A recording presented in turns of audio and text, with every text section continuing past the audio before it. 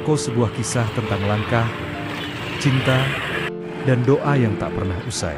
Hari ini, Rabu, 23 April tahun 2025. Hawa dingin, menyapa lebih dulu, sebelum suara langkahku menyentuh tanah. Aryoko.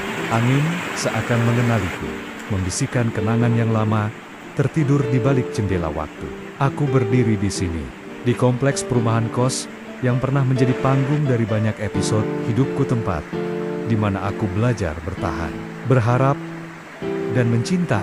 Dulu, aku datang ke kota ini dengan satu tas, satu niat, dan satu harapan.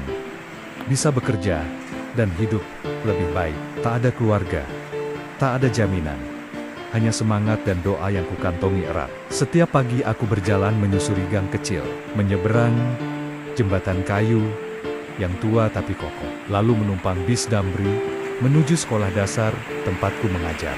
Hidup saat itu keras, tapi hangat, sederhana, tapi bermakna, dan seperti cerita dalam buku-buku tua. Cinta kadang muncul di tempat yang tak terduga. Sore itu, aku dan teman kosku hanya iseng mencari teh hangat atau makanan ringan. Niat perut yang kosong setelah seharian bekerja, kami mampir ke rumah kos lain, hanya ingin bertamu sebentar.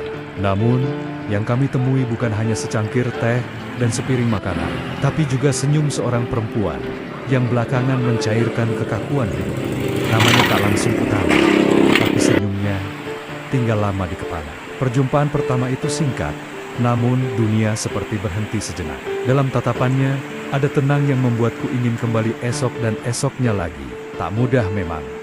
Butuh waktu dan keberanian untuk membuka hati, terutama ketika hidup sendiri saja sudah cukup menantang. Tapi cinta, sebagaimana air sungai di kompleks ini, mengalir perlahan tapi pasti. Kami mulai berbagi cerita tentang asal kami, tentang cita-cita, tentang rasa lelah yang sama di tengah perjuangan hidup di kota. Dari segelas teh dan obrolan ringan, tumbuhlah hubungan yang pelan-pelan, menyembuhkan luka masa lalu, dan menyemai harapan masa depan.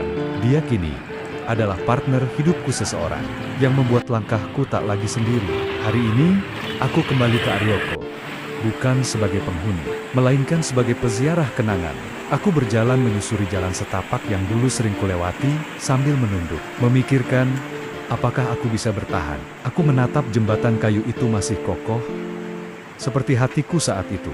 Dingin masih menusuk, tapi kini ada hangat dalam dada. Hangat dari rasa syukur. Aku tahu hidupku belum sepenuhnya lapang, tapi hari ini, aku bisa berdiri dan berkata, hidupku agak lebih baik. Dan untuk itu, aku berterima kasih kepada Gusti Allah, yang tak pernah lelah menyertaiku, meski dalam diam dan sunyi.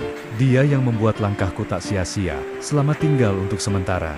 Aryoko, jika takdir mengizinkan, aku ingin kembali ke sini bukan hanya untuk bernostalgia, tapi mungkin untuk menulis bab baru dari kisah yang dulu dimulai di antara gang sempit, jembatan kayu, dan secangkir teh hangat.